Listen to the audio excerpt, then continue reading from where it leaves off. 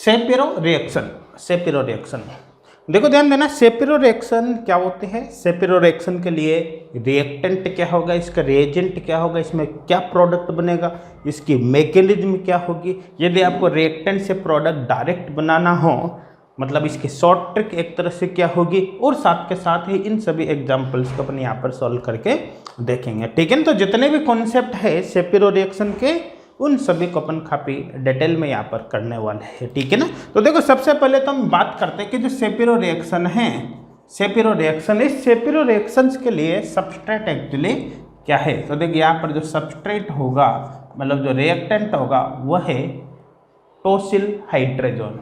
क्या है यहाँ पर, टॉसिल हाइड्रोजन, टॉसिल हाइड्रोजन। ठीक, टॉसिल हाइड्रोजन समझ ही गए होंगे सब क्या होगा। देखो ध्यान देना, समझना, यहाँ पर एक कंपाउंड मैंने लिया, जैसे R C double bond N C double bond O R dash. ठीक है ना। ये क्या है, ये कीटोन है, सब जानते हैं ना। क्या हो गया भाई, कीटोन हो गया। समझ में आ रहा है। और अपन बात करें जैसे इसकी, देखो ध्यान देना, यहाँ पर हमने ले लिया जैसे TSNH NH2। देखो ये हाइड्रोजन होता, अगर यहाँ पर मैं TS के स्थान पर हाइड्रोजन जोड़ दूँ, मतलब NH2 NH2, तो ये हाइड्रोजन होता। यहाँ पर मैंने एक हाइड्रोजन को उठाकर TS जोड़ दिया, तो ये क्या हो गया, टॉसिल हाइड्रोजन। तो ये एक्चुअली यहाँ पर टॉसिल हाइड्रोजन है। क्या है, टॉसिल हाइड्रोजन, टॉसिल हाइड्रोजन। समझ में आ रहा है। तो ये टॉसिल हाइड्रोजन हो गया और ये कीटोन हो गया। दोनों को आपने मिला दिया, जैसे दोनों के बीच आपने रिएक्शन करा दी यहाँ पर इस तरह से ये। तो देखो इस कंडीशन में क्या बनेगा, यहाँ पर देखो RC डबल बॉन्ड, यहाँ पर R डैश, यहाँ पर डबल बॉन्ड N, इससे क्या जुड़ा है NHTS, तो यहाँ पर हो गया NHTS। तो देखो ध्यान देना, टॉसिल हाइड्रोजन और कीटोन से मिलकर बनता है टॉसिल हाइड्रोजन। तो ये है tosyl hydrogen, tosyl hydrogen, tosyl hydrogen. तो देखो यहाँ पर ये तो आपके समझ में आ गया कि सेपिरो रिएक्शन के लिए जो सबस्ट्रेट होता है, इसके लिए जो रिएक्टेंट होता है वो टॉसिल हाइड्रोजन होता है। ठीक है ना। सबस्ट्रेट क्या है, टॉसिल हाइड्रोजन है। ठीक है। यहाँ पर दोनों ग्रुप सेम हो सकते हैं, डिफरेंट हो सकते हैं, वो कोई इश्यू नहीं है। क्लियर, यहाँ तक समझ में आ रहा है ना। अब देखो ध्यान देना, समझना आगे क्या होगा। ये तो हो गया क्या, सबस्ट्रेट। अपन बात करें इसका प्रोडक्ट क्या होगा, प्रोडक्ट। प्रोडक्ट की बात करें तो यहाँ पर एल्किन बनता है। प्रोडक्ट की फॉर्म में क्या बनता है भाई, एल्किन बनता है। अब अपन यहाँ पर बात कर सकते हैं रिएजेंट की। समझ में है ना कि यहाँ पर रिएजेंट आप क्या लोगे, रिएजेंट। रिएजेंट की अगर बात करें तो रिएजेंट यहाँ पर आप लेते हो बेस। रिएजेंट क्या लेते हो, बेस। बेस की बात करें तो दो तरह के केस यहाँ पर लिए जाते हैं। एक तो रिएक्शन विथ स्ट्रॉन्ग बेस। देखो रिएक्शन विथ स्ट्रॉन्ग बेस, समझ में आ रहा है, strong base. Strong base example जैसे अपन बात कर सकते हैं RLI एटसेट्रा। दूसरा केस यहाँ पर लिया जा सकता है रिएक्शन विद वीक बेस। देखो reaction with weak base, weak base. ठीक है ना। वीक बेस भी यहाँ पर लिए जा सकते हैं। वीक बेस की बात करें तो यहाँ पर जैसे पोटेशियम कार्बोनेट ले सकते हैं एग्जाम्पल, जैसे potassium carbonate K2CO3, sodium carbonate Na2CO3। ठीक है ना। कैल्शियम कार्बोनेट ले सकते हैं CaCO3, है ना, कैल्शियम कार्बोनेट CaCO3। यहाँ पर ले सकते हैं जैसे सोडियम एल्कोहल, सोडियम एल्कोहल। यहाँ पर जैसे सोडियम एथिलीन ग्लाइकोल, देखो sodium ethylene glycol, ethylene glycol etcetera etcetera. समझ में आ रहा है। ये वीक बेस की फॉर्म में यहाँ पर जर्नली लिए जाते हैं। स्ट्रॉन्ग बेस की फॉर्म में RLI एटसेट्रा यहाँ पर हम काम में ले सकते हैं। ठीक है ना। देखो ध्यान देना, अगर हम टॉसिल हाइड्रोजन की रिएक्शन किसी बेस से कराए, बेस स्ट्रॉन्ग हो सकता है, वीक हो सकता है। ठीक है ना। तो टॉसिल हाइड्रोजन की रिएक्शन जब किसी बेस से कराते हैं तो ये एल्किन यहाँ पर प्रोडक्ट की फॉर्म में मिलता है। इसी को अपन कहते हैं सेपिरो रिएक्शन। यहाँ पर एक बात जरूर ध्यान देनी है कि जब स्ट्रॉन्ग बेस लेते हैं तो रिएक्शन की मैकेनिज्म डिफरेंट होते हैं। वीक बेस लेते हैं तो मैकेनिज्म की जो रिएक्शन की मैकेनिज्म है वो डिफरेंट होगी। मतलब इस कंडीशन और इस कंडीशन में रिएक्शन की मैकेनिज्म डिफरेंट होते हैं और यहाँ पर दोनों केस में प्रोडक्ट भी डिफरेंट मिल सकता है। ध्यान देना, डिफरेंट मिल सकता है, मिले जरूरी नहीं, दोनों केस में प्रोडक्ट डिफरेंट मिल सकता है। समझ में आ रहा है? मेरे हिसाब से कोई डाउट किसी को नहीं होगा, ठीक है। तो हम दोनों ही केस की अब 1 बाई 1 यहाँ पर बात करेंगे। ये यहाँ तक कर लिया सभी ने, नोट मिटा दो, इसको मिटा दो, ठीक है। तो यहाँ पर हम दोनों ही केस की बात करेंगे कि अगर स्ट्रॉन्ग बेस से रिएक्शन कराओगे तो रिएक्शन किस प्रकार से होगी, ठीक है ना, और वीक बेस से रिएक्शन कराओगे तो रिएक्शन किस प्रकार से होगी, ठीक है। तो देखो सबसे पहले ये केस यहाँ पर ले लेते हैं। देखो ए यहाँ पर कर देते हैं। देखो रिएक्शन विथ स्ट्रॉन्ग बेस, ठीक है ना। यहाँ पर देखो रिएक्शन किस तरह से होगी, देखो ध्यान दें, tosyl hydrogen C double bond N NH₂TS, समझ में आ रहा है ना। इस हाइड्रोजन को मैं ऐसे लिख देता हूँ, देखो NH₂TS। अब देखो ध्यान देना, ये कार्बन, समझ में आ रहा है, ठीक है ना। अब देखो यहाँ पर समझना, यहाँ पर जैसे मैंने ग्रुप जोड़ दिया R और R', समझ में आ रहा है ना। मान लो इसमें से ये जो हाइड्रोजन है ये यहाँ पर सपोज करो कि मोर एसिडिक हाइड्रोजन है, समझ में आ रहा है। ये कौन सा है, मोर एसिडिक हाइड्रोजन है, यहाँ पर भी हाइड्रोजन है, ठीक है ना। लेकिन मान लिया भाई अपन को पता नहीं ना कि भाई R और R' क्या है, तो अपन मान लेते हैं कि ये जो हाइड्रोजन है मोर एसिडिक है, ठीक है ना। ये कंपेरेटिव लेस एसिडिक, ऐसा मान सकते हैं। अदरवाइज तो कंपाउंड पर डिपेंड करेगा कौन सा अल्फा एच मोर एसिडिक है, वो अपन को देखना आता है। तो ये हाइड्रोजन मोर एसिडिक अपन मान लेते हैं, या फिर इसको लेस एसिडिक मान लो, कोई दिक्कत नहीं, एक मान लो लेस एसिडिक, ठीक है ना। ये हमने माना है, देखो एज्यूम, ऐसा हमने माना है, ठीक है ना, क्लियर है। अदरवाइज अपन कंपाउंड के बेसिस पर देखेंगे। देखो ये हाइड्रोजन हमने मान लिया कि मोर एसिडिक है, ये मोर एसिडिक है, क्लियर है यहाँ तक। अब देखो ध्यान देना, होगा क्या समझना, यहाँ पर ये हो गया, ठीक है ना। अब देखो होगा क्या यहाँ पर समझना, देखो इसको मैं दोबारा बना रहा हूँ, RCH, यहाँ पर C double bond N NH, इसको ऐसे लिख देता हूँ, और TS यहाँ पर CH₄, है ना, यहाँ पर CH₄, और यहाँ पर भी कर देता हूँ मैं हाइड्रोजन, इस तरह से।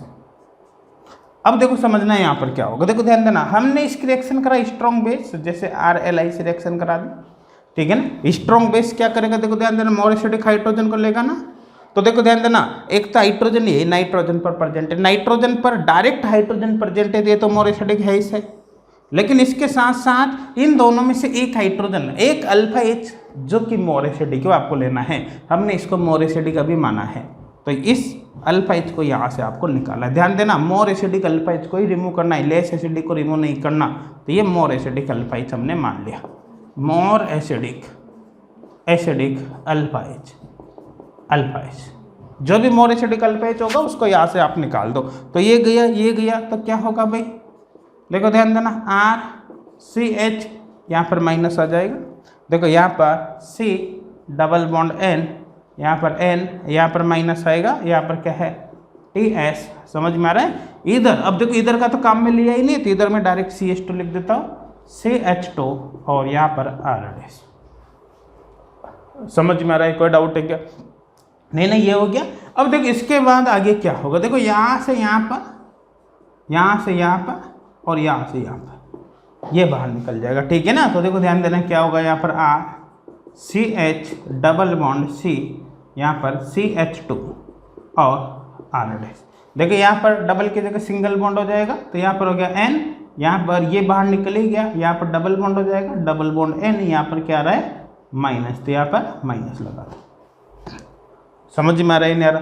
देखो ध्यान देना, आगे क्या होगा भाई, देखो यहाँ से यहाँ पर और यहाँ से यहाँ पर, समझ में आ रहा है। तो यहाँ से नाइट्रोजन बाहर निकल जाएगा, -N2। अब देखो आगे क्या होगा, RCH, देखो ध्यान देना, यहाँ पर डबल बॉन्ड है, डबल बॉन्ड, यहाँ पर नेगेटिव आएगा बॉन्ड टूटने पर, यहाँ पर C माइनस, और यहाँ पर CH2R', देखो CH2R', ये यहाँ पर हो जाएगा, समझ में आ रहा है नहीं आ रहा, इसको मिटा देना यहाँ तक। देखो यहाँ तक क्लियर है सभी के।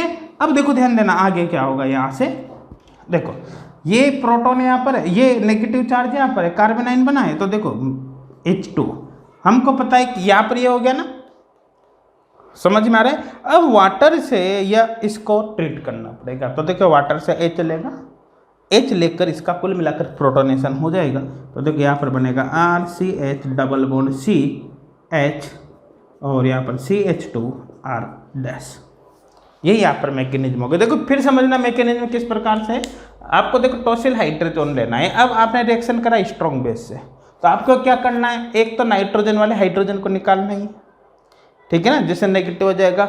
इन दो जो अल्फा एच है, ये अल्फा एच, इनमें से आपको देखना है कि मोर एसिडिक अल्फा एच कौन सा है कंपाउंड के अकॉर्डिंग। जो भी मोर एसिडिक अल्फा एच होगा, मान लिया ये मोर एसिडिक अल्फा एच है, तो जो मोर एसिडिक अल्फा एच है उसको आपको रिमूव करना है। अगर ये मोर एसिडिक होता तो फिर इसी को रिमूव करते, इसको नहीं करते। समझ में आ रहा है ना। तो मोर एसिडिक अल्फा एच को रिमूव करना है, ठीक है। आगे आपके समझ में आई क्या होगा, आगे नॉर्मल सा प्रोसेस है, यहाँ पर प्रोटोनेशन करोगे एच आ जाएगा, एल्किन यहाँ पर बनेगा। एक बात समझना, देखो ध्यान देना, अगर नॉर्मली अपन सोचे कि हाइड्रोजन मोर एसिडिक होगा, ये मोर एसिडिक होगा, तो देखो ध्यान देना, समझना कि इन दोनों में से वो हाइड्रोजन मोर एसिडिक होगा, वो हाइड्रोजन मोर एसिडिक होगा, ठीक है ना, जहां पर इलेक्ट्रॉन रिलीजिंग ग्रुप कम हो। ध्यान देना, जहां पर इलेक्ट्रॉन रिलीजिंग ग्रुप कम हो, क्योंकि इलेक्ट्रॉन रिलीजिंग ग्रुप एसिडिटी को क्या करते हैं, कम करते हैं। अब देखो इलेक्ट्रॉन रिलीजिंग ग्रुप कम हो, जैसे सपोज करो यहाँ पर केवल हाइड्रोजन होता, यहाँ पर हाइड्रोजन होता, तो जाहिर सी बात इधर इलेक्ट्रॉन रिलीजिंग ग्रुप के कारण इधर की एसिडिटी क्या हो जाती, कम, इधर की एसिडिटी क्या होती, ज़्यादा होती नहीं होती, तो ये मोर एसिडिक ऑटोमेटिक हो जाता। अब देखो इधर इलेक्ट्रॉन रिलीजिंग ग्रुप कम है, तो ये हाइड्रोजन मोर एसिडिक हुआ। अब ये हाइड्रोजन मोर एसिडिक है, तो देखो जिधर का हाइड्रोजन मोर एसिडिक है वहाँ पर क्या हो रहा है, देखो ध्यान देना, समझना, ये कार्बन ये है, ये कार्बन यहाँ पर ये है, यही कार्बन ये है, ये कार्बन ये है। तो कहने का मतलब है, देखो ध्यान देना, जहाँ पर डबल बॉन्ड एन होगा उस कार्बन और जिस अल्फा एच का हाइड्रोजन, जिस कार्बन का हाइड्रोजन मोर एसिडिक है उसके बीच डबल बॉन्ड आ रहा है। फिर ध्यान देना, जहाँ पर सी डबल बॉन्ड एन है उस कार्बन, ठीक है, और दूसरा जिस कार्बन पर मोर एसिडिक अल्फा एच है उस कार्बन के बीच डबल बॉन्ड आ रहा है। तो कहने का सीधा सीधा मतलब ये है, हमको सीधा सीधा यहाँ पर पता है कि जिस कार्बन पर सब्स्टिट्यूएंट कम है, जहाँ पर इलेक्ट्रॉन रिलीजिंग ग्रुप कम है, वहाँ का हाइड्रोजन मोर एसिडिक होगा और उधर ही डबल बॉन्ड आएगा, उसी तरफ क्या आएगा, डबल बॉन्ड। समझ में आ रहा है। तो इधर सब्स्टिट्यूएंट कम होगा भाई, जैसे यहाँ पर H कर दिया तो यहाँ पर भी H हो गया, यहाँ पर भी H हो गया, तो इधर सब्स्टिट्यूएंट की संख्या कम होगी और जिधर सब्स्टिट्यूएंट की संख्या कम है उधर डबल बॉन्ड आ रहा है। इसका मतलब यहाँ पर जनरली होपमान प्रोडक्ट बनता है, होपमान एल्किन का फॉर्मेशन होता है जनरली। जरूरी नहीं हमेशा ऐसा ही हो, क्योंकि आपको तो मोर एसिडिक हाइड्रोजन देखना है, आपको सब्स्टिट्यूएंट नहीं देखना। लेकिन अपन को पता है कि जहाँ पर सब्स्टिट्यूएंट कम होता है वहाँ पर मोर एसिडिक हाइड्रोजन होगा, ठीक है। तो कुल मिलाकर होपमान एल्किन के फॉर्मेशन के चांस यहाँ पर क्या है, ज़्यादा है। तो देखो generally Hofmann alkene, generally Hofmann alkene will be form. देखो जनरली लिखा है, ऑलवेज नहीं लिखा। वो एक्चुअली आपको तो क्या कंडीशन के अकॉर्डिंग देखनी है। आपको तो क्या करना है कि मोर एसिडिक अल्फा एच को रिमूव करना है। अब मोर एसिडिक अल्फा एच को रिमूव करते हुए प्रोडक्ट बनाना है भाई, वो हाफमान बने सेटजेप बने, वो आपको नहीं सोचना। समझ में ना, लेकिन जनरली वो हाफमान बनता है, समझ में आपके आ गया होगा। तो देखो यहाँ पर कुल मिलाकर किन किन पॉइंट्स का आपको ध्यान रखना है। इसको मिटा दो भाई, मिटा दो, कोई डाउट है क्या तक नहीं है ना। तो देखो किन किन पॉइंट्स का आपको यहाँ पर ध्यान रखना है, देखो इंपॉर्टेंट करके बता रहा हूँ। देखो अगर हम स्ट्रॉन्ग बेस काम में लेते हैं तो आपको कौन कौन से पॉइंट को काम में लेना है। देखो एक तो more acidic alpha H will be remove, क्या होगा, more acidic alpha H will be remove. देखो more acidic alpha H will be remove. समझ में आ रहा है। दूसरा पॉइंट आपको क्या ध्यान रखना है, देखो ध्यान देना, जब मोर एसिडिक अल्फा एच को आप रिमूव करोगे तो कार्बेनाइन का फॉर्मेशन होगा, नहीं होगा, ठीक है ना। तो देखो कार्बेनाइन फॉर्म्ड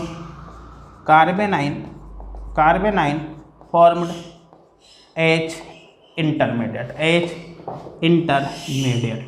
तो यहाँ पर कार्बेनाइन इंटरमीडिएट के फॉर्म में बनता है, ये इंटरमीडिएट हो गया है ना, यहीं पर लिख देता हूँ, क्लियर यहाँ तक। और देखो लास्ट में जो एल्किन बनती है जनरली वो होपमान बनती है। हालांकि मैंने आपको पहले ही बता दिया है कि आपको तो मोर एसिडिक अल्फा एच को रिमूव करना है, उसके अकॉर्डिंग क्वेश्चन सॉल्व करो, फिर चाहे वो होपमान एल्किन बने चाहे सेटजेप बने, आपको नहीं सोचना। लेकिन ऑटोमेटिक इस कंडीशन में जनरली होपमान एल्किन ही बनती है। तो देखो जनरली होपमान एल्किन, देखो Hofmann alkene is formed as product। तो जनरली यहाँ पर होपमान एल्किन का फॉर्मेशन होता है।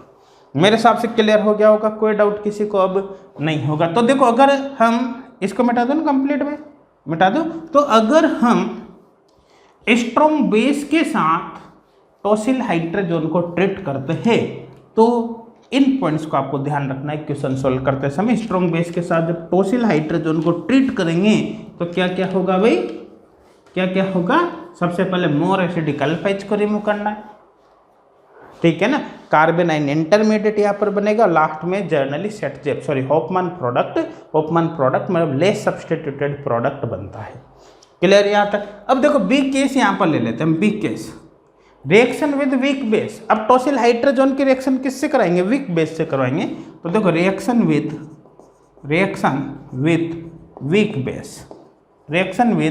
Week base. अब रिएक्शन हम किससे कराएंगे टॉसिल हाइड्रोजन के? भाई वीक बेस से रिएक्शन कराएंगे। चलो इसको भी देख लेते हैं भाई यहाँ पर क्या होगा, ठीक है ना। तो देखो टॉसिल हाइड्रोजन, जैसे यहाँ पर हमने यही केस ले लेता हूँ, RCH, यहाँ पर C double bond N, C ये हो गया NHTS, ठीक है, और यहाँ पर H और यहाँ पर हो गया R डैश। समझ में आ रहा है? ये केस यहाँ पर हो गया। इस हाइड्रोजन कैसे लिख देता हूँ। अब देखो अब आपको यहाँ पर वीक बेस लेना है TS।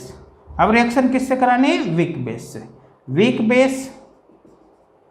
वीक बेस इसके बारे में पहले बात कर चुका हूँ कि कौन से बेस हो सकता है यहाँ पर वीक बेस में। जैसे पोटेशियम कार्बोनेट हो सकता है, sodium carbonate, calcium carbonate, sodium ethylene glycol हो सकता है, सोडियम एल्कोहल हो सकता है, एटसेट्रा ये हो सकता है। अब देखिए वीक बेस है, जैसे एग्जांपल यहाँ पर ले लिए हमने, जैसे K2CO3। अब वीक बेस है तो इसकी प्रेजेंस में तो क्या है, वही हाइड्रोजन जाएगा जिसकी एसिडिटी बहुत ही ज़्यादा है। पहले वाले केस में तो स्ट्रॉन्ग बेस था, इसलिए ये हाइड्रोजन तो गई है, लेकिन इसके साथ साथ इन दोनों में से एक अल्फा एच भी चला गया। इन दोनों में से वो अल्फा एच चला गया कि जो कंपेरेटिवली मोर एसिडिक है, ठीक है ना। लेकिन इस केस में क्या वीक बेस है तो यहाँ पर अल्फा एच को ये रिमूव नहीं कर पाता, ये वीक बेस है। इसकी प्रेजेंस में केवल नाइट्रोजन पर प्रेजेंट हाइड्रोजन ही जाता है, क्योंकि नाइट्रोजन तो हाई इलेक्ट्रोनेगेटिव एटम है ना, तो इस पर प्रेजेंट हाइड्रोजन की एसिडिटी कंपेरेटिवली ज़्यादा होगी। तो ये वीक बेस इस हाइड्रोजन को निकाल देता है लेकिन बाकी को निकाल नहीं पाता। समझ में आ रहा है? तो देखो यहाँ तक क्लियर है, ठीक है ना। तब इसको मैं नॉर्मल लिख देता हूँ, तो RCH2 C double bond N, ठीक है ना। यहाँ पर भी CH2 और यहाँ पर हो जाएगा R डैश। समझ में आ रहा है? यहाँ पर N माइनस TS, तो देखिए यहाँ पर N माइनस TS, ये यहाँ पर हो जाएगा, है ना, TS। क्लियर? यहाँ तक कोई डाउट है क्या? नहीं ना। देखो यहाँ से आगे क्या होगा समझना। देखो यहाँ से यहाँ पर, यहाँ से TS बार। समझ में आ रहा है? तो इस कंडीशन में क्या होगा, देखो RCH2, यहाँ पर देखो कार्बन पर प्लस आ जाएगा और यहाँ पर देखो CH2 R डैश। समझ में आ रहा है? यहाँ पर सिंगल बॉन्ड N, यहाँ पर डबल बॉन्ड N माइनस और यहाँ से TS बाहर निकल ही गया। समझ में आ रहा है? देखो आगे क्या होगा, यहाँ से यहाँ पर और यहाँ से यहाँ पर। समझ में आ रहा है? तो देखो इस केस में क्या होगा, देखो ये CH2C और यहाँ पर CH2 R डैश, ठीक है ना। अभी लिखना नहीं है आपको। देखो यहाँ से नाइट्रोजन बाहर निकल जाएगा -N2, देखो यहाँ से -N2 ये बाहर निकले। देखो समझना, RCH2 यहाँ पर देखो ध्यान देना C। अब देखो ध्यान देना, यहाँ पर पॉजिटिव चार्ज, जैसे ये बॉन्ड टूटेगा ना तो ये अपने इलेक्ट्रॉन किधर देगा, अपने इलेक्ट्रॉन किधर देते यहाँ का पॉजिटिव खत्म हो जाएगा, ठीक है ना। तो यहाँ का चार्ज तो खत्म हो गया और साथ में केवल 2 वैलेंस यहाँ पर प्रेजेंट है। इसका मतलब क्या हुआ, ये कार्बन इंटरमीडिएट यहाँ पर बन गया। आगे CH2 R dash as it is रहेगा, इसे CH2 R डैश। तो यहाँ पर क्या बन गया, कार्बन इंटरमीडिएट यहाँ पर बन जाता है। क्या बन गया भाई यहाँ पर, कार्बन इंटरमीडिएट। अब देखो समझने की कोशिश करना, यहाँ पर कार्बन इंटरमीडिएट बना है रिएक्शन के दौरान। अब देखो होगा क्या, इसको इस तरह से कर देता हूँ, कार्बन इंटरमीडिएट। देखो ध्यान देना, समझना। अब यहाँ पर एक बात समझने की कोशिश करना, कार्बन इंटरमीडिएट बन गया। आप सपोज करो थोड़ी देर के लिए इस हाइड्रोजन को हमने H मान लिया और इसको थोड़ी देर के लिए CH3 मान लिया। अभी आप लिखना नहीं, मैं चेंज कर दूंगा वापस, इसको CH3 मान लिया। समझ में आ रहा है? अब देखो ध्यान देना, ये हाइड्रोजन ये और ये हाइड्रोजन ये, इस तरह से हमने कर दिया। अब देखो अगर मैं इस हाइड्रोजन को हटाता हूँ तो डबल बॉन्ड यहाँ पर बनेगा, यहाँ पर, और इस हाइड्रोजन को यहाँ से रिमूव करता हूँ तो डबल बॉन्ड यहाँ पर बनेगा। अगर यहाँ से इस हाइड्रोजन को रिमूव करता हूँ डबल बॉन्ड यहाँ पर बनता है, तो उस कंडीशन में तो क्या होगा, देखो ये लेस सब्सटीट्यूटेड प्रोडक्ट होगा, मतलब हाफमान प्रोडक्ट होगा जो कि लेस स्टेबल है। लेकिन अगर मैं इस हाइड्रोजन को हटा देता हूँ तो डबल बॉन्ड यहाँ पर बनेगा। डबल बॉन्ड यहाँ बनते ही इधर भी ग्रुप इधर भी ग्रुप, ये मोर सब्सटीट्यूटेड प्रोडक्ट होगा, मोर सब्सटीट्यूटेड एल्किन होगा, मतलब सेट एल्किन जो कि मोर स्टेबल होगी। तो देखो भाई कुल मिलाकर यहाँ पर देखो इंटरमीडिएट तो कार्बन इंटरमीडिएट है इसे, और कार्बन इंटरमीडिएट देखो ध्यान देना उस कार्बन पर बना है जिस कार्बन पर नाइट्रोजन एटम प्रेजेंट है। तो करने का मतलब ये तो फिक्स हो गया भाई, या तो कार्बन तो उसी कार्बन पर बनना है जहाँ पर C डबल बॉन्ड N है, मतलब इसी कार्बन पर बनना है। तो ये तो चेंज होने वाला है ही नहीं, इसके लिए तो आपको कुछ देखने की जरूरत है ही नहीं। कुल मिलाकर इस पूरे ग्रुप को यहाँ से हटा दो, इसको हटाकर सीधा यहाँ पर कार्बन बना दो, ठीक है। तो इंटरमीडिएट तो यहाँ पर फिक्स हो गया, चाहे इधर इधर कोई से भी ग्रुप जुड़े हुए हो कोई फर्क नहीं पड़ेगा, इंटरमीडिएट तो ठीक उसी जगह पर बनना है कार्बन जहाँ पर ये डबल बॉन्ड प्रेजेंट है, ठीक है ना। लेकिन अब एल्किन जो बनेगी उसके लिए आपको देखना पड़ेगा इस हाइड्रोजन को रिमूव करे, इस हाइड्रोजन को रिमूव करे, ठीक है ना। तो आपको इन दोनों में से उस हाइड्रोजन को रिमूव करना है जो कि सेटजेप एल्किन देता हो। करने का मतलब जिस हाइड्रोजन को रिमूव करने के बाद सेटजेप एल्किन बनेगी, मोर स्टेबल एल्किन बनेगी, वही हाइड्रोजन आपको रिमूव करना है। समझ में आ रहा है ना। तो देखो ध्यान देना क्या करना है यहाँ पर, देखो समझना।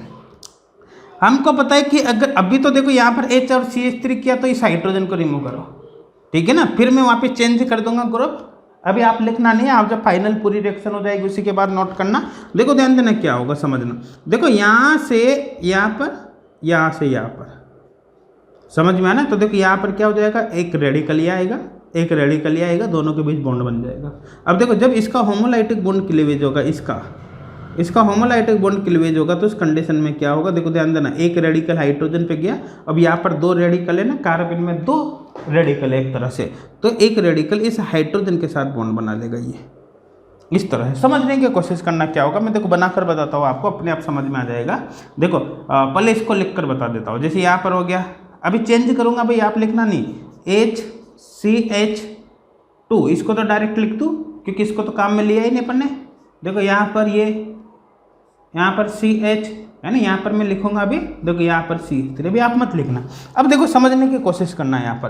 देखो यहाँ पर क्या होगा कि ये एक रेडिकल इधर, एक रेडिकल इधर, तो यहाँ पर बॉन्ड बनना स्टार्ट हो जाएगा, यहाँ पर बॉन्ड का फॉर्मेशन क्या हो जाएगा, स्टार्ट हो जाएगा ये, ठीक है ना। देखो यहाँ का बीच का बॉन्ड टूटने लग जाएगा, तो ये हाइड्रोजन यहाँ का बॉन्ड टूटने लग जाएगा, और इस कार्बन इस हाइड्रोजन के बीच बॉन्ड का फॉर्मेशन स्टार्ट हो जाएगा। ये बोले यहाँ पर एक 3 मेंबर्ड साइक्लिक ट्रांजिशन स्टेट बन रही है, समझ में आ रहा है ना। मतलब एक इंट्रामोलिकुलर प्रोसेस के थ्रू यहाँ का हाइड्रोजन यहाँ पर आ जाएगा। अब देखो आगे क्या होगा, अभी आप मत लिखना कुछ भी, अब आगे क्या होगा देखो समझना आप।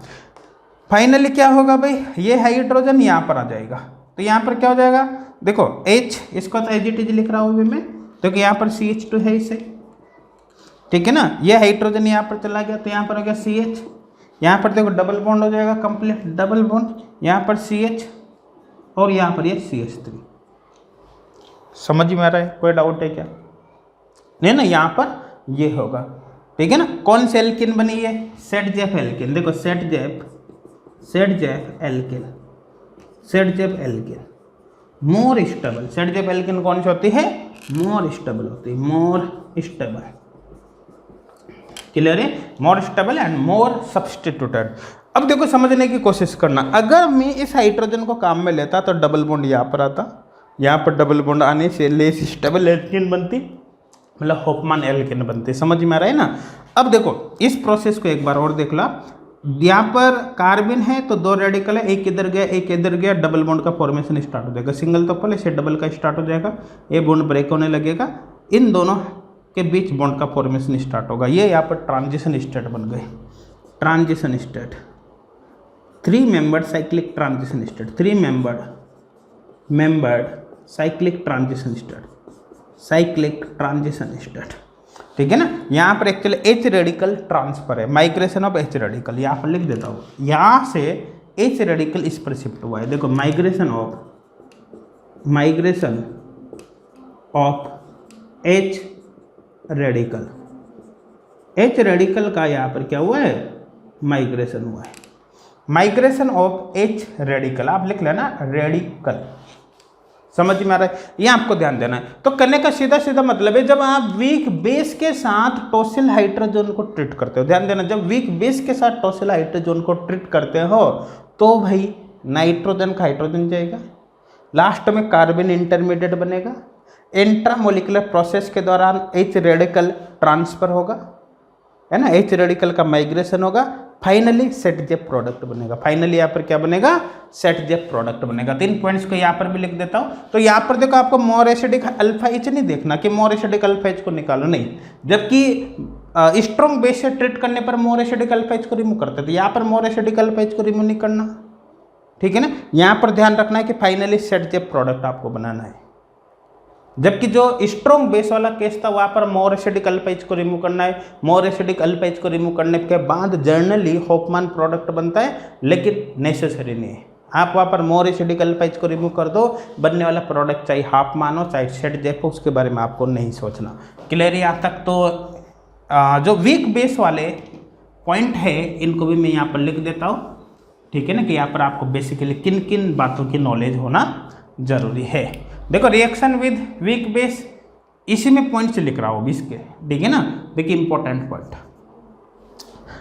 क्या क्या आपको ध्यान रखना है, देखो समझना है। यहाँ पर carbene is formed as intermediate, देखो carbene is formed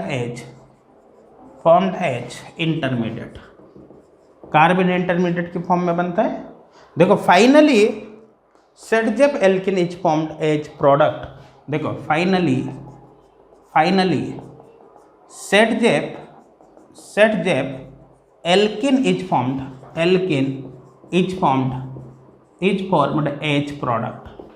as product, समझ में आ रहा है। तो finally Saytzeff alkene is formed product, finally यहाँ पर सेट जेप एल्किन प्रोडक्ट की फॉर्म में बनती है। अब देखो आगे क्या ध्यान रखना है, देखो ध्यान देना, intramolecular H radical is migrate, समझ में है ना। तो यहाँ पर देखो migration of H radical, migration of H radical is take place by the concerted intramolecular process, intramolecular process. समझ में आ गया होगा मेरे हिसाब से, इसका मतलब है, देखो ध्यान देना, migration of H radical is take place by the concerted intramolecular process, ठीक है ना। ये अब यहाँ पर भी देखो ध्यान देना, अल्फा एच ही काम में आता है, लेकिन इन दोनों में से वो अल्फा एच काम में आता है यहाँ पर जो कि सेट जेप एल्किन देगा। तो देखो ये अल्फा एच ही है, देखो अल्फा एच। अब देखो ध्यान देना, समझना है यहाँ पर, अभी मैंने यहाँ पर क्या है कि आर के स्थान पर तो एच मान लिया था और इस आर डैश के स्थान पर CH3 मान लिया, तो उसके अकॉर्डिंग प्रोडक्ट बना दिया। तो समझ में आ रहा है ना। आपको एक्चुअली क्या ध्यान रखना है, देखो यहाँ पर तो आर डैश लिया है, आपको देखो ध्यान देना, जब एग्जाम में क्वेश्चन आता है तो आर और आर डैश थोड़ी होगा, वहाँ तो कोई ग्रुप ही होगा। तो ग्रुप से आपको ऑटोमेटिक पता चल जाएगा कि दोनों में से किस अल्फा एच को निकाले कि सेट जेप एल्किन यहाँ पर बनेगी। अभी मैं क्वेश्चन के अकॉर्डिंग यहाँ पर आर और आर डैश ही कर देता हूँ, कोई दिक्कत नहीं है ना, जैसा क्वेश्चन में दे रखा है ना। अब लिख सकते हो आप, इसके बाद कोई दिक्कत नहीं है। देखो यहाँ पर आर और यहाँ पर हमने कर दिया आर डैश, समझ में आ रहा है। तो यहाँ पर भी क्या हो जाएगा, आर, और यहाँ पर क्या हो जाएगा, आर डैश। मेरे हिसाब से किसी को कोई डाउट नहीं होगा, क्लियर है यहाँ तक, समझ में है ना। एग्जाम में जब क्वेश्चन आता है तो आप देख लो किस अल्फा एच को काम में लेने से सेट जेप एल्किन बन रही, वो अल्फा एच काम में आपको लेनी है, समझ में आ रहा है। मेरे हिसाब से कोई डाउट किसी को नहीं होगा। अब देखो ध्यान देना, कुछ क्वेश्चन यहाँ पर सॉल्व करके देखेंगे, सारी कॉन्सेप्ट ऑटोमेटिक आपकी क्लियर हो जाएगी। इसको मिटा दो भाई, कंप्लीट मिटा दो यहाँ तक। चलो इधर देखो से ध्यान देना, जब भी आप सेपिरो रिएक्शन के क्वेश्चन को सॉल्व करोगे, आप सबसे पहले देखो जो टॉसिल हाइड्रोजन है, देखो ट्रिक बता रहा हूँ यहाँ पर कि आपको फाइनल याद क्या रखना है डायरेक्ट प्रोडक्ट बनाने के लिए। तो जब भी आप क्या करोगे, शेपिरो रिएक्शन के क्वेश्चन सॉल्व करोगे तो आप देखो टॉसिल हाइड्रोजन की रिएक्शन किससे करवा रखी है। टॉसिल हाइड्रोजन की रिएक्शन किसी स्ट्रॉन्ग बेस से करा रखी है या वीक बेस से करवा रखी है। अगर स्ट्रॉन्ग बेस से टॉसिल हाइड्रोजन की रिएक्शन करा रखी है तो आप मोर एसिडिक अल्फा एच देखो, और मोर एसिडिक अल्फा एच और सी डबल बॉन्ड एन के नाइट्रोजन को हटाकर आप डबल बॉन्ड लगा दो, प्रोडक्ट बन जाएगा। अब जनरली ऐसा करने पर होपमान एल्किन का फॉर्मेशन होता है, लेकिन जरूरी नहीं होपमान ही बने, आप तो इस मेथड को अप्लाई करो, होपमान एल्किन बने चाहे सेडजेप, आपको नहीं सोचना। अगर टॉसिल हाइड्रोजन की रिएक्शन वीक बेस से करवा रखी है तो उस कंडीशन में आपको क्या करना है, उस कंडीशन में आपको उस अल्फा एच को काम में लेना है जिस अल्फा एच के रिमूव करने से सेडजेप एल्किन बने। क्या बने? सेडजेप एल्किन। तो देखो यहाँ पर आपको ये ध्यान रखना है, देखो यहाँ पर लिया हमने tosyl hydrogen, tosyl hydrogen, tosyl hydrogen, ठीक है ना। अब देखो दो तरह के केस है, देखो एक तो reaction with strong base, strong base. देखो remove more acidic alpha H, यहाँ पर क्या करना है, remove more acidic alpha H, more acidic alpha H, बस मोर एसिडिक अल्फा एच को रिमूव करके देख लो कौन सी एल्किन बन रही, वही आपका प्रोडक्ट होगा। और देखो रिएक्शन विद वीक बेस, यहाँ पर ले लिया रिएक्शन विथ वीक बेस। अगर रिएक्शन वीक बेस से आप करा रहे हो तो यहाँ पर आपको सेडजेप एल्किन बनाने हैं। क्या बनाने हैं? Saytzeff alkene. तो देखो सेडजेप एल्किन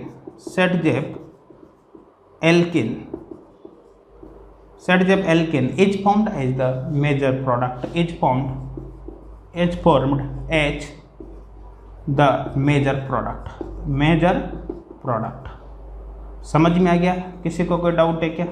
मेरे हिसाब से क्लियर हो गया होगा आपको क्या करना है। देखो ध्यान देना, इन दोनों एग्जांपल्स को सोल्व करने से पहले मैं इस केस को सोल्व करके बताता हूँ। यहाँ पर अभी देखो रिएक्शन केवल स्ट्रॉन्ग बेस से करा रखे, लेकिन मैं यहाँ पर दो केस बना देता हूँ, इसके वीक बेस से भी और स्ट्रॉन्ग बेस से भी, अपने आप आपके सब कुछ क्लियर हो जाएगा। देखो ध्यान देना, एग्जाम्पल यहाँ पर लिख रहा हूँ मैं, उसी केस को यहाँ पर लिख देता हूँ, या चलो छोड़ो एक नया ही केस बना देता हूँ। ये हमने कर दिया CH2CH3,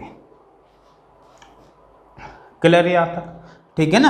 अब इसमें देखो ध्यान देना, सबसे पहले मैंने यहाँ पर इसकी रिएक्शन करा दी टॉसिल हाइड्रोजन से, टॉसिल हाइड्रोजन से NH2NHTS, टॉसिल हाइड्रोजन से। देखो यहाँ से ये और यहाँ से ये, ठीक है ना। तो देखो यहाँ पर -H2O ये, ठीक है। तो देखो यहाँ पर क्या बन जाएगा, देखो CH3। अब देखो यहाँ पर क्या हो गया, C डबल बॉन्ड N, देखो N हो गया ना, C double bond N, NHTS, आगे क्या लिखा है यहाँ पर CH2CH3, देखो CH2CH3, समझ में आ रहा है। अब यहाँ पर मैं दो केस बना देता हूँ। देखो दो केस कौन से, देखो एक तो इसकी रिएक्शन करा दी हमने किससे, स्ट्रॉन्ग बेस से, तो देखो स्ट्रॉन्ग बेस हमने ले लिया यहाँ पर, क्या जैसे RLI कर देता हूँ मैं डायरेक्ट, स्ट्रॉन्ग बेस ये हमने यहाँ पर कर दिया।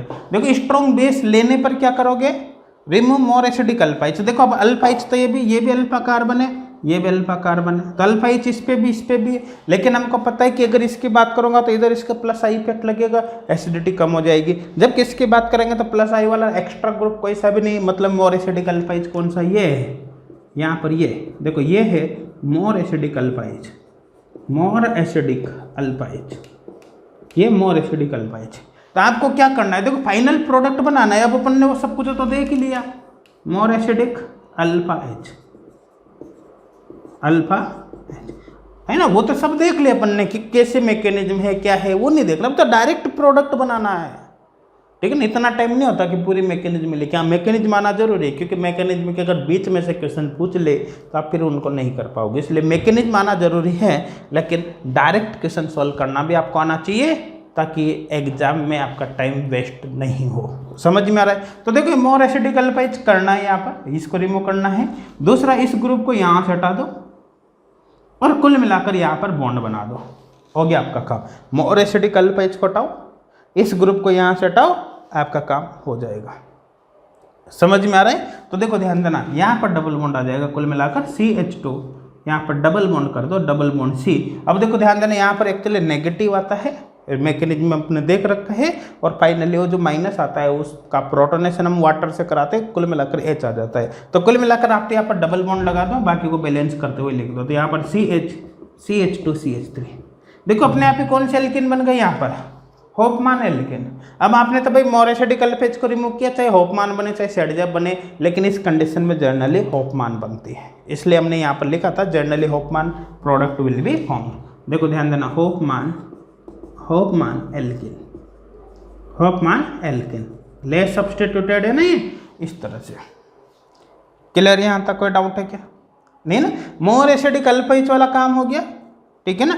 अब देखो ध्यान देना, ये है, ठीक है, इसकी रिएक्शन अपन कराते हैं, वापिस इसी से कराता हूँ। पहले तो मैं H2N NHTS, तो देखो सबसे पहले तो क्या बन जाएगा, CH3 C, ठीक है ना। यहाँ पर हो गया ये डबल बॉन्ड NHTS, यहाँ पर देखो CH2 और CH3 हो गया। ये सेम बनाया है मैंने, यहाँ पर दोबारा इसलिए लिख दिया क्योंकि यहाँ पर फिर क्या कि थोड़ा सा आपकी समझ में नहीं आएगा, मार्क ऑलरेडी कर रखा है, इसलिए अलग से लिख दिया दोबारा। अब देखो यहाँ पर वीक बेस से रिएक्शन करा दी हमने, जैसे हमने यहाँ पर ले लिया Na2CO3। अब ये क्या है, वीक बेस की प्रेजेंस में अल्फा एच ही जाएगा जी। जैसे देखो स्ट्रॉन्ग बेस की प्रेजेंस में अल्फा एच हमने लिया, वीक बेस की प्रेजेंस में अल्फा एच ही जाएगा। लेकिन जब हमने स्ट्रॉन्ग बेस लिया तो ये देखा है कि कौन सा मोर एसिडिक अल्फा एच है, उसको हमने यहाँ से निकाला। लेकिन जब हम वीक बेस से रिएक्शन कराएंगे तो यहाँ पर इस अल्फा एच की एसिडिटी नहीं देखेंगे, अपन उस अल्फा एच को यहाँ पर रिमूव करेंगे, जिसके रिमूव करने के बाद सेटजेप एल्किन बने। अब देखो ध्यान देना, अगर मैं इस अल्फा एच को रिमूव करता हूँ तो डबल बॉन्ड यहाँ पर आता है ना, जैसा इसमें किया, इसको रिमूव करने से डबल बॉन्ड यहाँ पर आए, सेटजेप होफमान एल्किन बनी। लेकिन अगर मैं इस अल्फा एच को निकालूं, इस अल्फा एच को निकालने के बाद डबल बॉन्ड यहाँ पर आएगा। अब डबल बॉन्ड यहाँ तो इधर भी ग्रुप है, इधर भी ग्रुप है, मोर सब्स्टिट्यूटेड एल्किन बनेगी, मतलब सेटजेप एल्किन बनेगी। इसका सीधा सीधा मतलब है कि आपको इस H को यहाँ पर रिमूव करना पड़ेगा, इस वाले H को। समझ में आए ना? तो यहाँ से भाई इस ग्रुप को हटाओ और इस हाइड्रोजन को हटा दो और डबल बॉन्ड यहाँ पर लगा दो, प्रोडक्ट बन जाएगा। तो देखो यहाँ पर क्या बनेगा, CH3CH, यहाँ पर डबल बॉन्ड CH3, ये प्रोडक्ट बनेगी। देखो यहाँ पर सेटजेप एल्किन बनेगी, देखो ये सेटजेप एल्किन, ये मेजर प्रोडक्ट बनेगी। तो देखो ध्यान देना, अब अच्छी तरह से क्लियर हो गया होगा। स्ट्रॉन्ग बेस लेने पर मोर एसिडिक अल्फा एच को निकाल के एल्किन बना दो, जर्नल होफमान एल्किन बनेगी। जबकि वीक बेस से रिएक्शंस कराने पर आपको उस अल्फा एच को रिमूव करना है, जिसको रिमूव करने के बाद सेटजेप एल्किन बने। मेरे हिसाब से क्लियर हो गया होगा, किसी को कोई डाउट नहीं होगा, ठीक है ना। अब इसी कॉन्सेप्ट के बेसिस पर इन क्वेश्चंस को अपन सॉल्व करके देखते हैं। पहले इसको मिटा दो, कंप्लीट मिटा दो ना। डायरेक्ट प्रोडक्ट कैसे बनाना है रिएक्शन के दौरान, वो समझ में आ गया होगा। क्लियर है यहाँ तक? चलो देखो इधर, तो देखो अब इन क्वेश्चंस को सॉल्व करके देखते हैं। ध्यान देना, आप समझना। देखो यहाँ पर होगा क्या, आपको क्या ध्यान रखना है। जैसे अपन यहाँ पर देखो दो केस है, इसमें दो केस है। पहले तो रिएक्शन कराई हमने RLI से। देखो RLI से रिएक्शन करेंगे तो मोर एसिडिक अल्फा एच निकाला है। मोर एसिडिक अल्फा एच कौन सा, ये वाला है ना, ये मोर एसिडिक है। ये क्या है, मोर एसिडिक। यहाँ पर लिख देता हूँ मोर एसिडिक। देखो इस अल्फा एच को निकालोगे तो क्या करोगे, जिधर अल्फा एच है उसको निकालो और इस डबल बॉन्ड, इसको पूरे ग्रुप को हटा दो और यहाँ पर डबल बॉन्ड लगा दो। मतलब यहाँ पर प्रोडक्ट एक्चुअली ये बनेगा, ये देखो यहाँ पर एक ग्रुप और यहाँ पर ये डबल बॉन्ड ओ। समझ में आ रहा है? तो यहाँ पर ये तो एज इट इज रहेगा इसे। देखो इस पूरे ग्रुप को हटाओ और यहाँ से हाइड्रोजन को हटाओ और यहाँ पर डबल बॉन्ड जोड़ दो, ये प्रोडक्ट होगा। समझ में आ रहा है? कुछ दिमाग ज़्यादा लगाने की जरूरत नहीं है, केवल क्या सोचना है कि मोर एसिडिक अल्फा एच कौन सा है उसको हटाओ और ये जो ग्रुप है इस ग्रुप को हटाओ और यहाँ डबल बॉन्ड जोड़ दो, प्रोडक्ट बन गया। अब देखो ये क्या है, ये तो स्ट्रॉन्ग बेस का केस हो गया। स्ट्रॉन्ग बेस है ना, स्ट्रॉन्ग बेस। देखो इस केस की बात करें तो वीक बेस है। वीक बेस की प्रेजेंस में क्या करते हैं, मोर स्टेबल एल्किन बनाते हैं, सेटजेप एल्किन बनाते हैं। अब देखो समझने की कोशिश करना, आपको करना क्या है। देखो मैं अलग से बनाकर बताता हूँ। ये यहाँ पर हो गया, ये डबल बॉन्ड, ये तो है ही सही, ठीक है ना। अब देखो ध्यान देना, ये डबल बॉन्ड NNH और अल्फा एच यहाँ पर भी अब देखो समझना, आपको चाहे आप स्ट्रॉन्ग बेस लो चाहे वीक बेस लो, दोनों ही कंडीशन में ये ग्रुप तो हटाना ही है, तो ये ग्रुप तो हटा दिया मैंने ये। अब देखो अगर इधर का H जाएगा तो डबल बॉन्ड यहाँ पर आएगा, ऑलरेडी हमने बना रखा है, लेकिन अगर इधर का H जाएगा तो फिर डबल बॉन्ड यहाँ पर आएगा। अब देखो दोनों एल्किन में कंपेयर करो, इसमें देखो ये इसमें डीलोकलाइजेशन है, मतलब अल्फा बीटा अनसैचुरेटेड कार्बोनिल हो गया। यहाँ पर जो एल्किन है ना वो रेजोनेंस की वजह से मोर स्टेबल है, और अगर आप वीक बेस लेते हो तो आपको मोर स्टेबल एल्किन ही बनाने हैं। आपको क्या बनाने, more stable alkene. More stable ये नहीं है, मोर स्टेबल यही है। इसका मतलब सीधा सीधा ये हुआ कि वीक बेस की प्रेजेंस में भी यही बनेगा, ठीक है। तो यहाँ पर दोनों कंडीशन में सेम प्रोडक्ट बन रहा है, तो अगर आप वीक बेस से रिएक्शन कराते हो तब भी यही बनेगा। देखो ये वीक बेस जैसे यहाँ पर ले लिया हमने K2CO3 तब भी सेम बना है, दोनों ही कंडीशन में सेम बन रहा है। मेरे हिसाब से समझ में आ गया होगा। वीक बेस के प्रेजेंस में आपको क्या करना है, मोर स्टेबल एल्किन बनानी, और जबकि स्ट्रॉन्ग बेस की प्रेजेंस में आपको मोर एसिडिक अल्फा एच रिमूव करना है। क्लियर है। इसकी बात कर लेते हैं। देखो ध्यान देना, यहाँ पर वीक बेस दे रखा है। देखो सबसे पहले तो टॉसिल हाइड्रोजन से रिएक्शन करके ही हाइड्रोजन में कन्वर्ट हो जाएगा, वो अपन को आता ही है, ठीक है ना। अब आगे कुछ करने की जरूरत नहीं है, वीक बेस है ना, वीक बेस है तो क्या करना है भाई, आपको मोर स्टेबल एल्किन बनानी है। अब देखो समझना आप, ये यहाँ पर ये कैसे डबल बॉन्ड हो, देखो ध्यान देना, ये इससे रिएक्शन करके तो टॉसिल हाइड्रोजन में कन्वर्ट हो जाएगा, NHNNHTS इसमें। अब देखो अपन को पता है इसके पास ये अल्फा एच। अब देखो ध्यान देना, चाहे आप स्ट्रॉन्ग बेस से रिएक्शन कराओ चाहे वीक बेस से रिएक्शन कराओ, अपन को पता है भाई ये ग्रुप टूटेगा। अब अगर इधर का H जाता है तो डबल बॉन्ड यहाँ पर आएगा, इधर का H जाता है तो डबल बॉन्ड यहाँ पर आएगा। अब देखो ध्यान देना, आपको तो क्या करना है, मोर स्टेबल एल्किन बनानी है। देखो दोनों तरफ बॉन्ड बनाकर देख लो, अगर मैं इधर बॉन्ड लगाता हूँ तो ये लोन पेयर के कॉन्जुगेशन में आ गया, मतलब मोर स्टेबल एल्किन बनेगी। लेकिन अगर मैं डबल बॉन्ड इधर लगाता हूँ तो ये लोन पेयर के कोई कॉन्जुगेशन में नहीं है, मतलब बनने वाली एल्किन लेस स्टेबल होगी। आपको यहाँ पर मोर स्टेबल एल्किन बनानी है। इसका मतलब यहाँ से इस ग्रुप को हटाओ, यहाँ से अल्फा एच जाएगा, डबल बॉन्ड को मिलाकर यहाँ पर आएगा। समझ में आ गया होगा। तो देखो यहाँ पर एक्चुअली ये प्रोडक्ट बनेगा, ये ठीक है ना, यहाँ से गया ये डबल बॉन्ड। देखो मोर स्टेबल एल्किन, ये क्या बन गया, more stable alkene. More stable क्यों है, ड्यू टू कॉन्जुगेशन, ठीक है ना। देखो ड्यू टू कॉन्जुगेशन या मतलब रेजोनेंस की वजह से मोर स्टेबल, इसलिए ये नहीं बनेगी, यही बनेगी। मेरे हिसाब से समझ में आ गया होगा, कोई डाउट किसी को नहीं होगा, ठीक है ना। तो यहाँ पर अपन ये वाला अल्फा एच काम में ले रहे हैं। ये अल्फा एच क्यों काम में लिया, ये अब समझ में आ गया होगा मेरे हिसाब से, क्योंकि इसको रिमूव करने से मोर स्टेबल एल्किन यहाँ पर बनी है। अब इसकी बात करते हैं इस केस के। देखो ध्यान देना, यहाँ पर वही टॉसिल हाइड्रोजन बनेगा, पहले तो इससे इसकी रिएक्शन होते हैं, लेकिन यहाँ पर ये स्ट्रॉन्ग बेस है। ये क्या है, स्ट्रॉन्ग बेस। अब स्ट्रॉन्ग बेस है तो मोर एसिडिक अल्फा एच जाएगा, तो अपन को पता ही इधर तो देखो ग्रुप जुड़ा हुआ रहेगा, तो इसका मतलब मोर एसिडिक अल्फा एच ये है, तो ये मोर एसिडिक है। ये क्या है, मोर एसिडिक अल्फा एच है। देखो more acidic alpha H, more acidic alpha. अब देखो ये मोर एसिडिक अल्फा एच है, इसका मतलब है कि यहाँ से तो देखो पहले टॉसिल हाइड्रोजन बनेगा और फिर पूरा ग्रुप रिमूव हो जाएगा, और यहाँ से एच जाएगा तो बॉन्ड कहाँ पर आएगा, यहाँ पर। तो यहाँ से इस ग्रुप को हटा दो, यहाँ से इसको हटा दो, डबल बॉन्ड आपको यहाँ पर बनाना है। तो देखो क्या प्रोडक्ट बनेगा, यहाँ पर देखो CH2, यहाँ पर डबल बॉन्ड, देखो यहाँ पर CH हो जाएगा, वैलेंसी पूरी करने के लिए हाइड्रोजन लगा दो, ठीक है ना। तो यहाँ पर ये हो गया। आगे क्या है, देखो CH2 का होल फॉर्म, और फिर क्या है CH3। देखो ध्यान देना, यहाँ पर कौन सी एल्किन बनी भाई, होफमैन एल्किन बनी। यहाँ पर आपने क्या किया, मोर एसिडिक अल्फा एच को रिमूव किया, ठीक है ना। तो देखो यहाँ पर होफमैन एल्किन बन गई, होफमैन एल्किन।